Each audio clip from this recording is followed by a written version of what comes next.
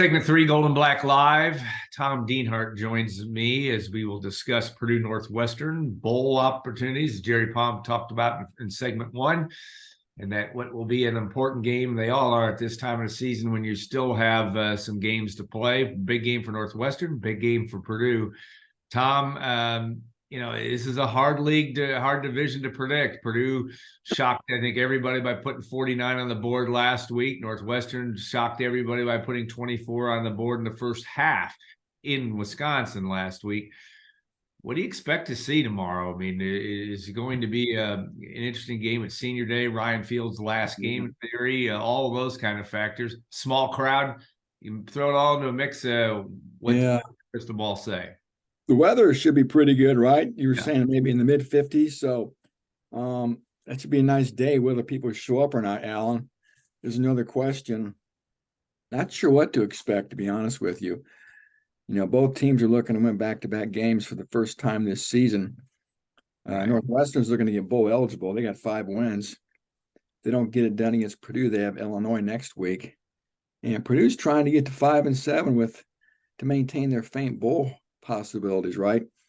So I guess 2 teams coming in playing pretty well, coming off nice wins, and 2 teams that have found their offense seemingly, right?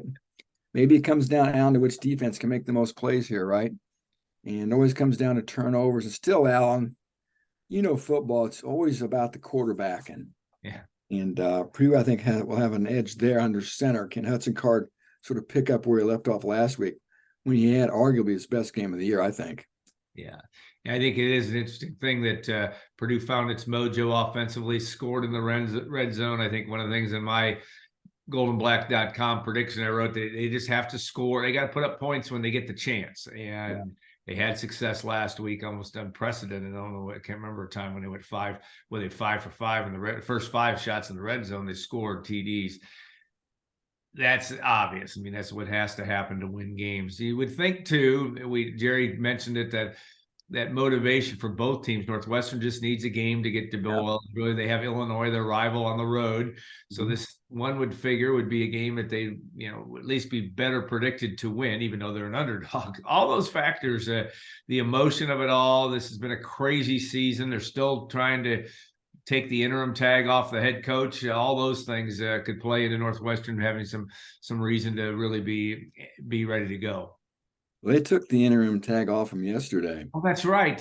I totally. He's the full-time. He's the full-time. I was in urgent care yesterday afternoon, so that's why I missed. Understandable. Okay. No, that's just dumb. But yeah, so that's done. You were calling for that on the one of your writings, but yes. So go ahead. Yeah, he's David Braun's done a heck of a job, Alan.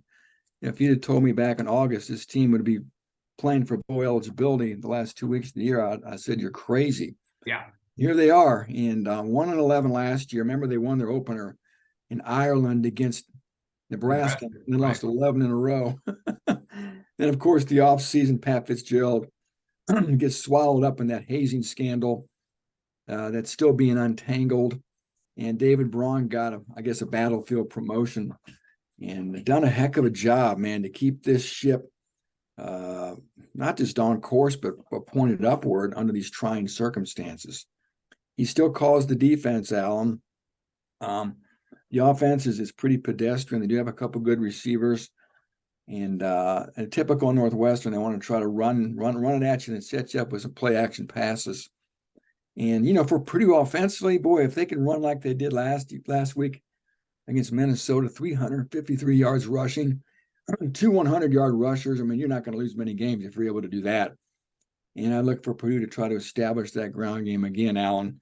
One thing to keep on your radar is Hudson Card and the health of Hudson Card.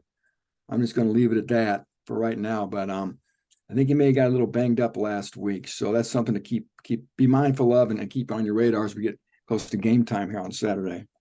Yeah, huge factor. He looked so good last week when he looked to be freer, but I don't know, maybe more healthy. And if that's the case, would be a big blow for Purdue. David Braun, 38 years old. Ryan Walters, 37 years old. They both look like the new age coach. Now I know Pat Fitzgerald, when he got the job, was what, 35 maybe when he started. Yeah. Is this the way that this is the way college football is being done? A lot of places like the Purdues and Northwesterns, where and admittedly the situation was different, but Braun gets this opportunity, gives it some energy to this program in a tough situation.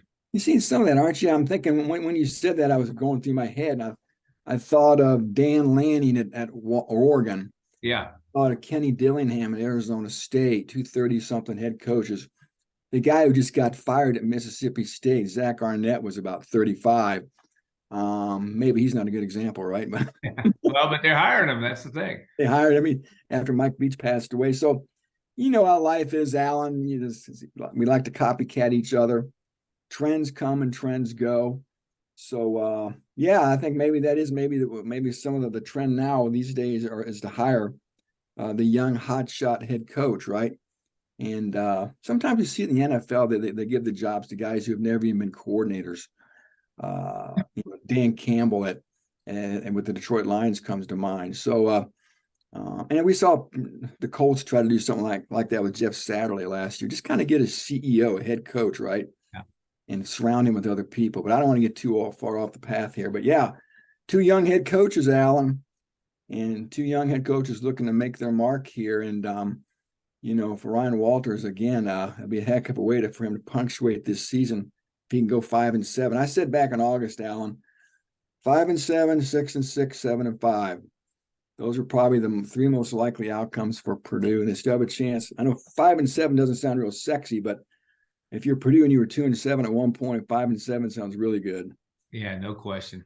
And Hudson Card's relative health, and you hope if you're Purdue that he's as healthy as he can. But boy, last week that was the thing we saw a little bit more of, just him being really effective, being decisive in the running game. Maybe the decree was to do things a little bit differently.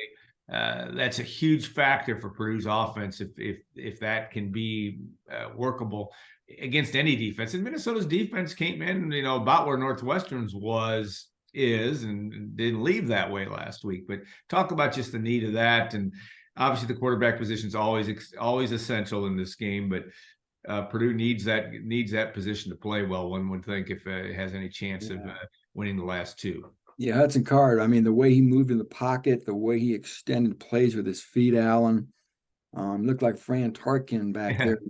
He's a nice dated reference. Yeah, maybe only you and I can appreciate, but number 10. He was good. And then just the design runs. He had some he can run the football, Alan. Yeah. And he's usually not accounted for. So quarterback draws, he looks awfully good.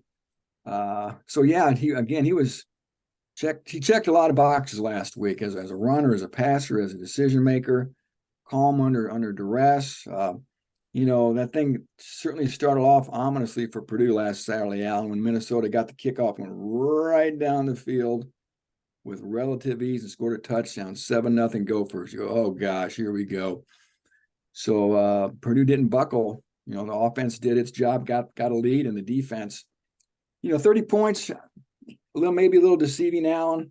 They played better than that, and that point total shows, especially in the second and the third quarters. That defense played very well. So I got to think, Alan, against Northwestern, that they're going to try to put the game in the quarterback's hands, make that guy try to beat him. So I expect them to try to sit on the run and get after the quarterback, get him in second, third, and long, and then hope Scorton and Kydra Jenkins can maybe make some negative plays.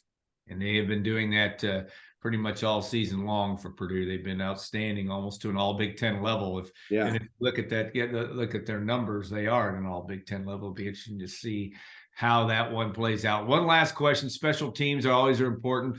Purdue, has struggled some, certainly with kickoffs. They may have hopefully have figured that part out. But Northwestern's pretty good in the kicking game typically. Purdue, Ben Freehill looks like he's back to being healthy. And Purdue won the last time it played in Ryan Field, and J.D. Dellinger walk-off field goal.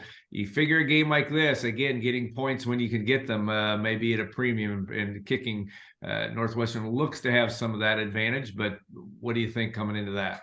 Yeah, you're right. That was my spicy take, Alan, was Purdue was going to hit a late field goal to win the game, just like 2019, but I guess I spilled it for everybody. Yeah, that's all right. But yeah, Northwestern's got the edge when it comes to placements. from an overall 2023 perspective.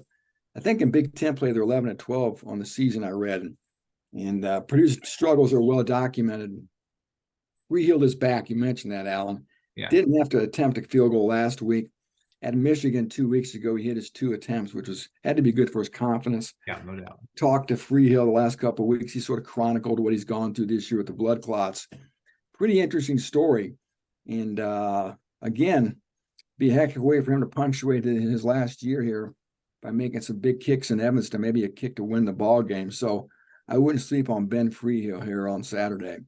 All right. One thing is for sure, we'll know by mid-afternoon, Eastern time, 3:30. By the time that game is over, noon kick starts 11 o'clock in the Central Time Zone where the game will be played. Tom, thanks again so much. Always enjoy it. Have safe travels up there.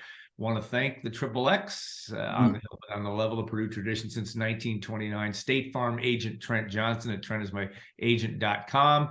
And of course, Gordon and Mary and the folks at WLFI for making this happen.